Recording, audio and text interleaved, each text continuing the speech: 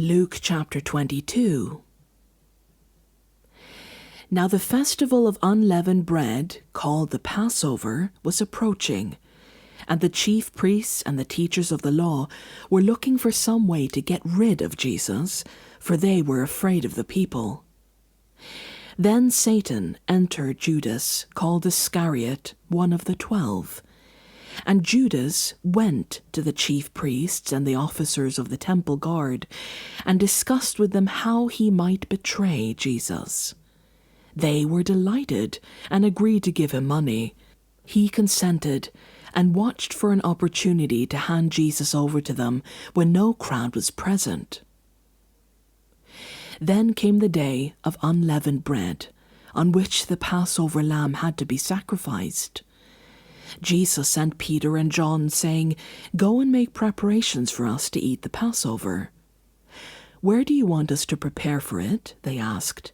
He replied, "As you enter the city, a man carrying a jar of water will meet you.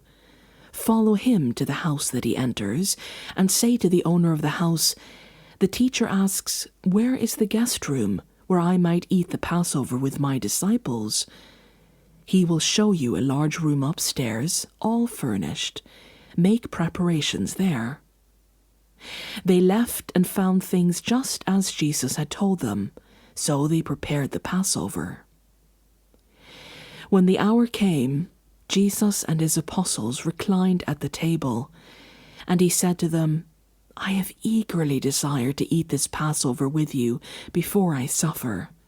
For I tell you, I will not eat it again until it finds fulfillment in the kingdom of God." After taking the cup, he gave thanks and said, "Take this and divide it among you. For I tell you, I will not drink again from the fruit of the vine until the kingdom of God comes." And he took bread, gave thanks, and broke it, and gave it to them, saying, "This is my body given for you. Do this in remembrance of me."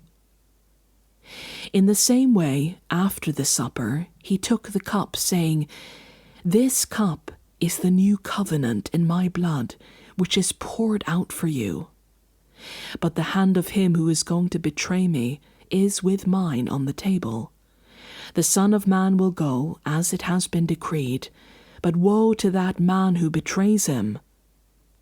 They began to question among themselves which of them it might be who would do this. A dispute also arose among them as to which of them was considered to be greatest. Jesus said to them, "The kings of the Gentiles lord it over them, and those who exercise authority over them call themselves benefactors. But you are not to be like that. Instead, the greatest among you should be like the youngest, and the one who rules like the one who serves.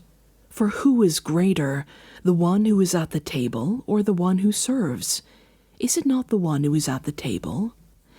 But I am among you as one who serves.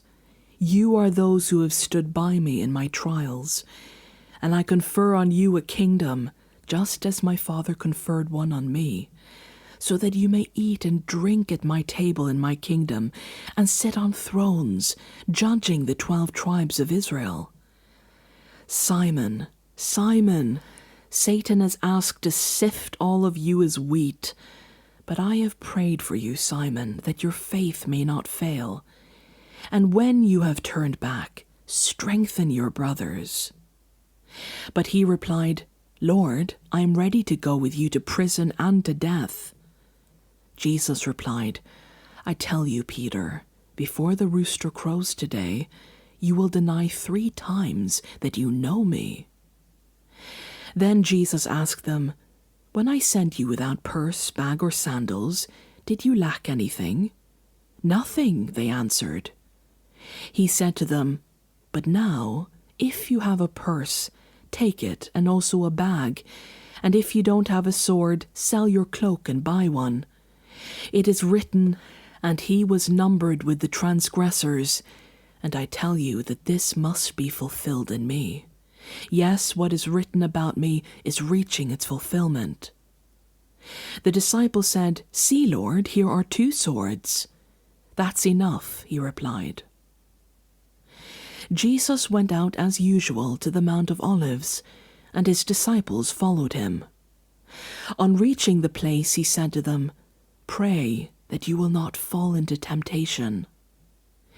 He withdrew about a stone's throw beyond them, knelt down and prayed, "Father, if you are willing, take this cup from me. Yet not my will, but yours be done."